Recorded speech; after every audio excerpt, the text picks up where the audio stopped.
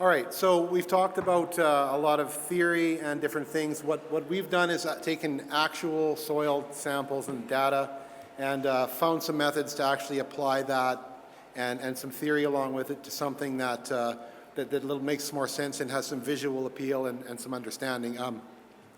I'm a visual learner, and so I took it upon myself to use some AI to write some code to create some applications that maybe can be more useful and relevant to what we're doing. So we're going to look beyond the standard soil test and what some of that means with actual data.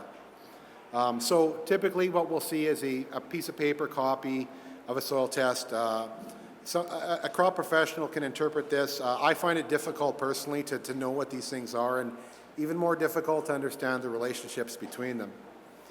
So Kellen's talked a lot about how complex soil is. Well, we need to develop a better understanding of what those things mean to us personally, what goes on your farm and your dirt, and that's what really matters.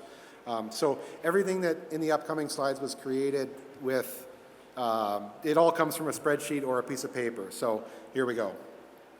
So visualizing test data. So looking at more than one sample at once across a farm or a field is valuable, because then you can start to see trends and different things happening. So this is just a heat map version of all the stuff that comes on a soil test.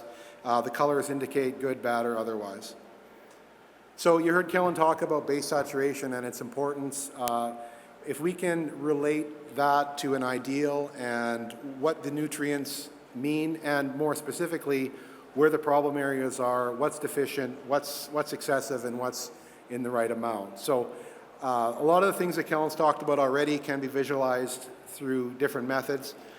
So in this case, it's comparing the base saturation values to an ideal, and using some agronomy knowledge and some insight, apply some recommendations and some guidance.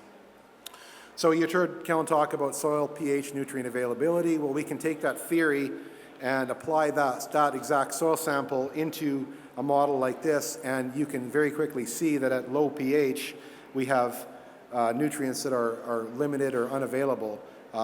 If we take another sample that is closer to the ideal, we see that it moves into the range where it is available. So these are actual soil sample tests from Kellen's farm that we used in most of these cases. So this is not made up example data. This is very real data, and these systems can take anybody's samples, and we can do this with the same process. So once again, moving higher up the pH scale, we see it fall off the other end. So this just illustrates with these specific samples what is happening. Once again, Mulder's chart. I can apply an actual soil sample to the same concept. In that each individual sample, what is happening? What are the antagonisms? What are the synergies? Not just general theory, but actual samples and that were taken from a lab that we apply this data to. Once again, I'm a visual person. Understanding relationships between nutrients and what happens to them. So the calcium and magnesium ratio, this is actual sample data from a field, and it shows you that as the magnesium level drops, your calcium percentage naturally increases, which is how that works. You can't have both. So that's where the base saturation idea comes in, and how it shows that the majority of the samples in this healthy field are in the 75-ish range and 20% magnesium, which is close to the ideal. If we put a yield map over top of this, we would illustrate that that's where your yield comes from. Another relationship is between phosphorus and potassium. So you can see on the bottom, we've highlighted some of the synergies and the antagonisms to monitor. So in my mind, taking data, applying context, and understanding what's going on in your soil is valuable, because this is difficult to understand and difficult sometimes for your mind to put the whole picture together without a tremendous amount of experience and training and scientific knowledge. So there's the standard soil tests. Then there's also the Haney test, which combines some biological aspects. This is considered one of the most effective tests out there, designed by the scientist Dr. Rick Haney. This test has been widely adopted by many people in the soil science area, and it will give you, it will tell you not just what's in your soil, but how much, and more importantly, how much is available. So once again, these tests will come in just a basic PDF copy or spreadsheet, but if we can apply some of their own interpretation to those values and have it output something that is specific to your sample, there once again is valuable. So we are looking at the nitrogen cycling, so organic and inorganic carbon ratios, also base saturations, and giving you some insight as to what's out of balance and what is good, or what has some room for improvement. Another test that we can do is microbiology. So this is another test that's done through Regen Ag Labs. It gives you an indication. These are 3 different samples, and you can see that the soil health differs between them. And you know, sometimes there's reasons why soil isn't producing or is having problems, and it's a biological issue. I mean, we can have nutrients that are there, they show they're there, but it doesn't grow. Well, because the biological activity is limiting your growth. And there is no other way to check that or test that other than to literally test it.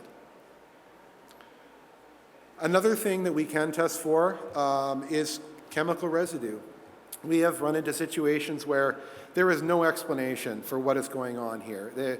There's limited compaction, the biology seems okay, the nutrients are there, everything seems right. There's just no other explanation for what happened. Well, what we discovered is chemical residue in the soil over time can potentially build up. And what we're finding is that whether it's fungicide residue or glyphosate, this could be part of the issue.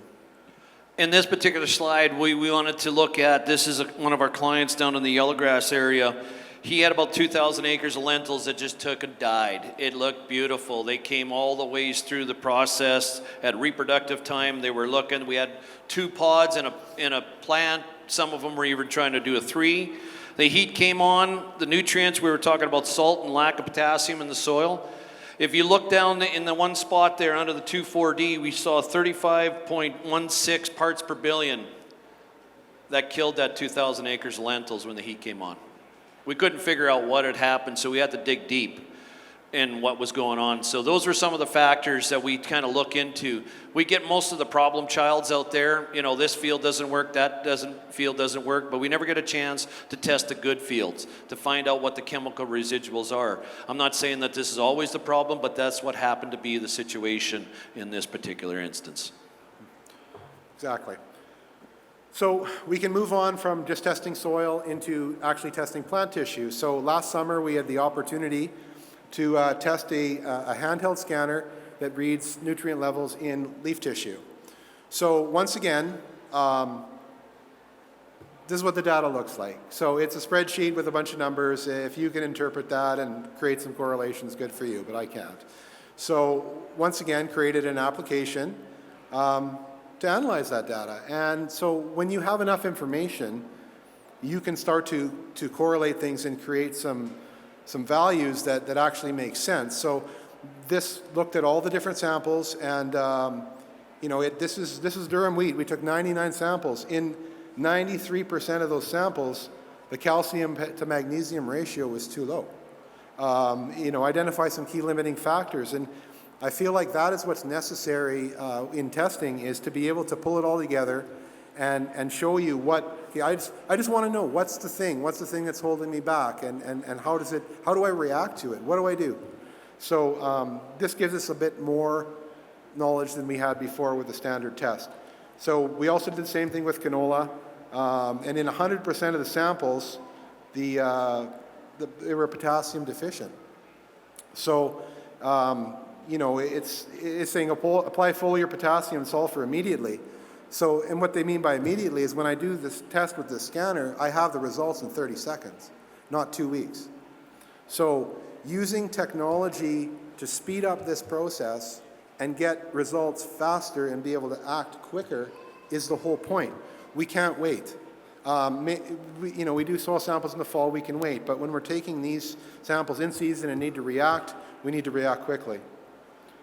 So once again, it's also leaf tissue data, same thing, just highlighting what was deficient, what was optimal, and what was excessive in these samples. So this gives us a bit more insight than we had before. Same thing with canola. So in this case, it decided that, consider reducing nitrogen fertilization in future plantings and split application. Well, we know that, but sometimes it takes doing some actual testing to confirm that. Same thing with durum wheat, canola.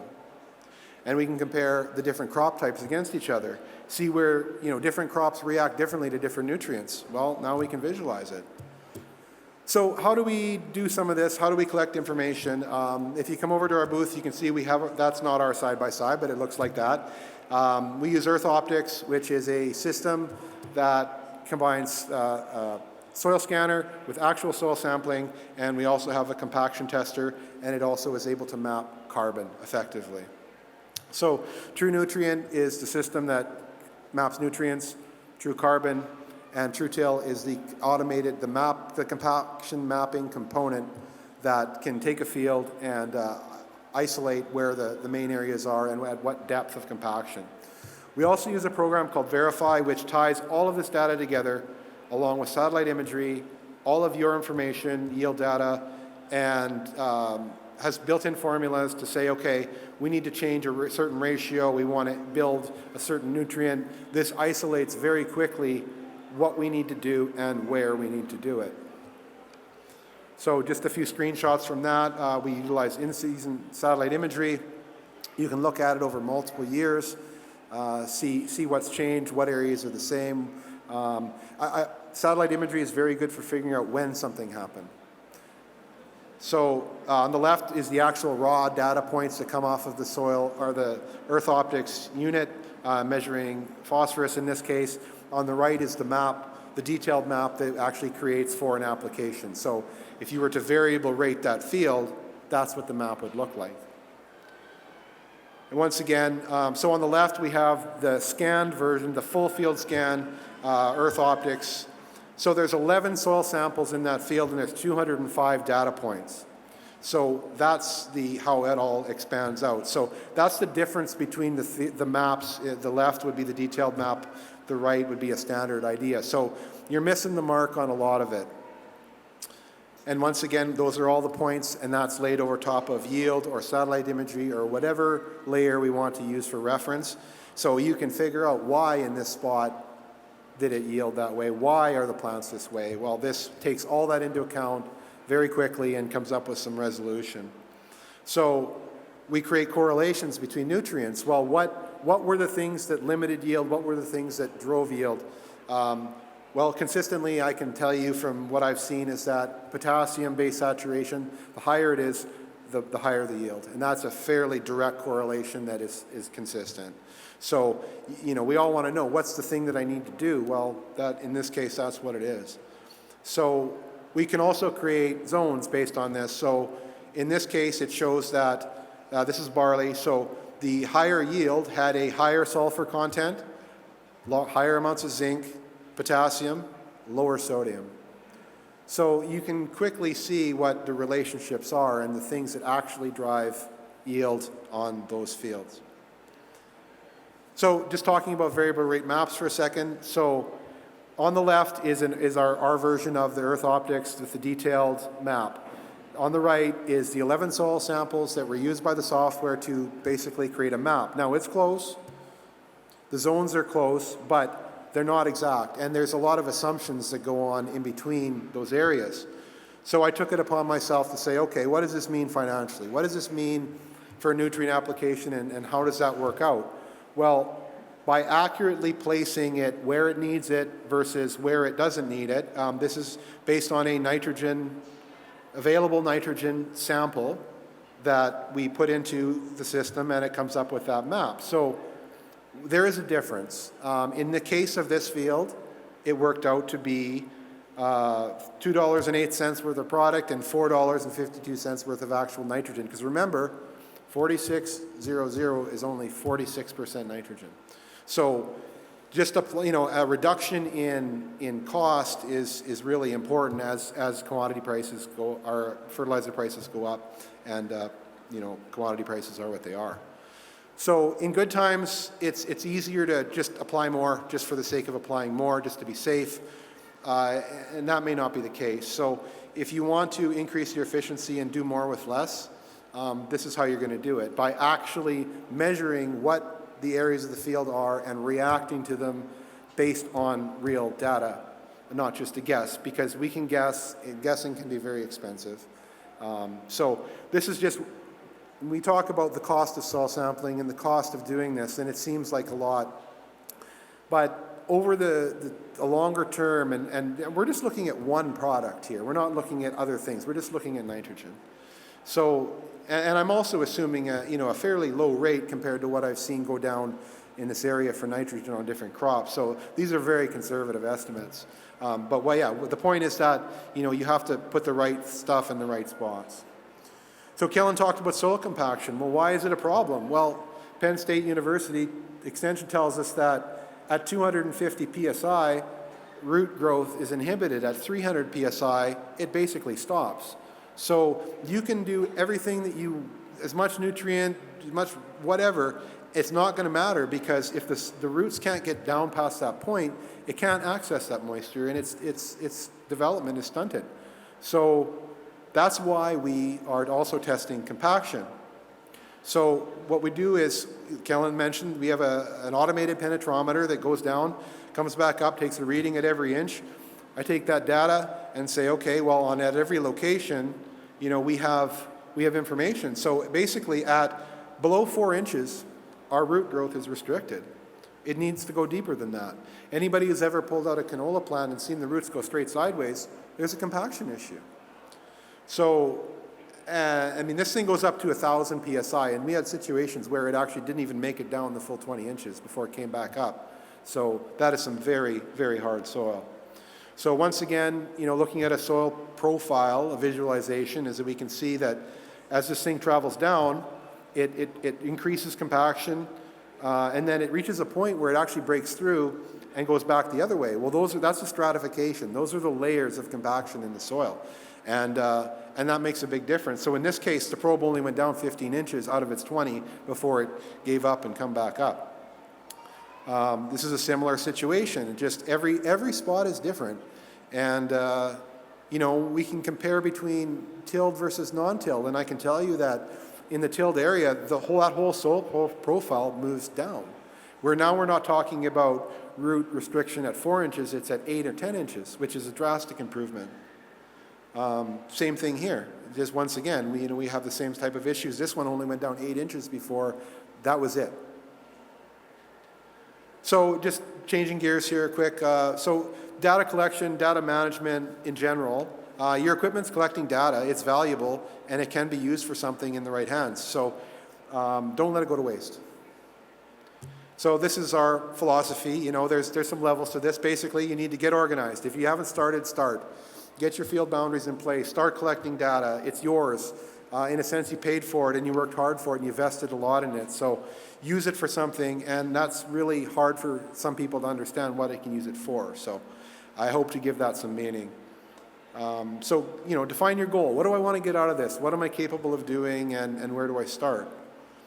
So basically, investigate, figuring out profit and loss. Where am I losing money? Why do I have a certain spot in every field that's continuously bad, and you're actually losing money on it? So there's different ways to mitigate that, but once you understanding it and identifying it is the first step.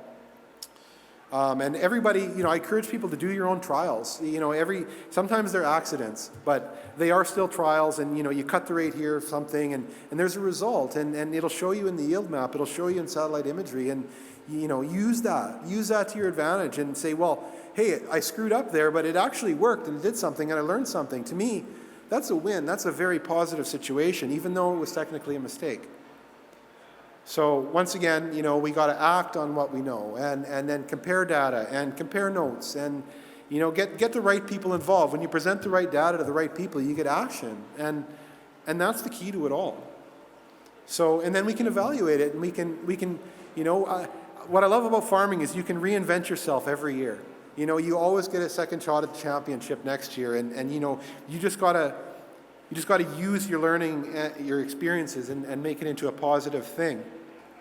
So, once again, we can measure all kinds of things. If we have yield and we know how much fertilizer we put down, we know how much our yield was, we can calculate the efficiency of what we did.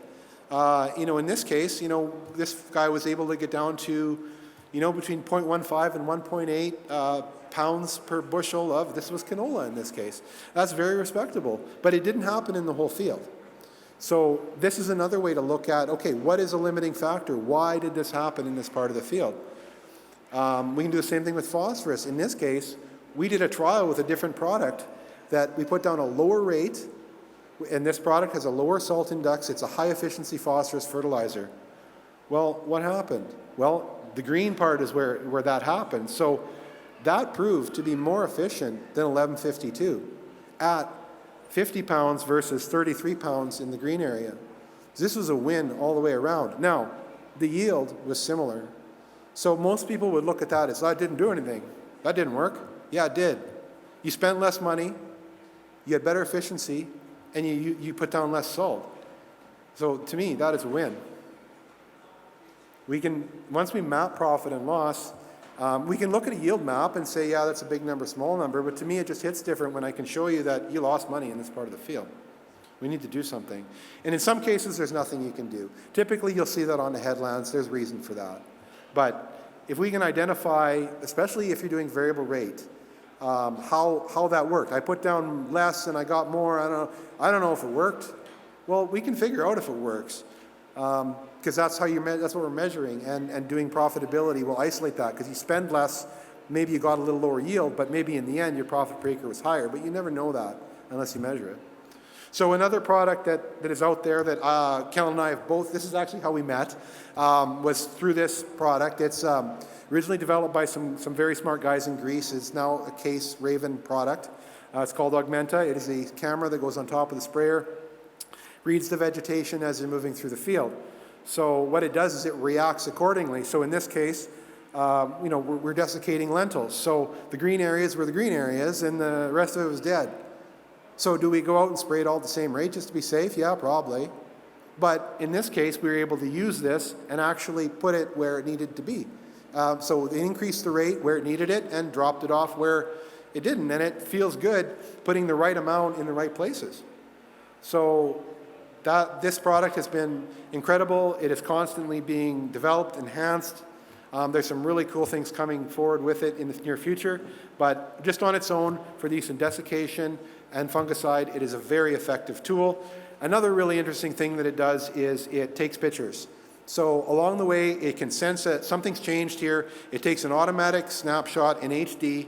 I'm zoomed in on the bottom. That's what you can see. And then you can actually go back and see what this area looked like. So this is just something that's happening in the background. This thing does not cost you any money to turn the monitoring on. If you own it, you turn it on, you leave it on. My opinion. But I have a tremendous amount of data that can prove that there are correlations between these maps and yield and numerous other things that are happening in the field. This is just an example of desiccating peas. Once again, I'm not responsible for these numbers, but in this case, it was an 18% savings in chemical.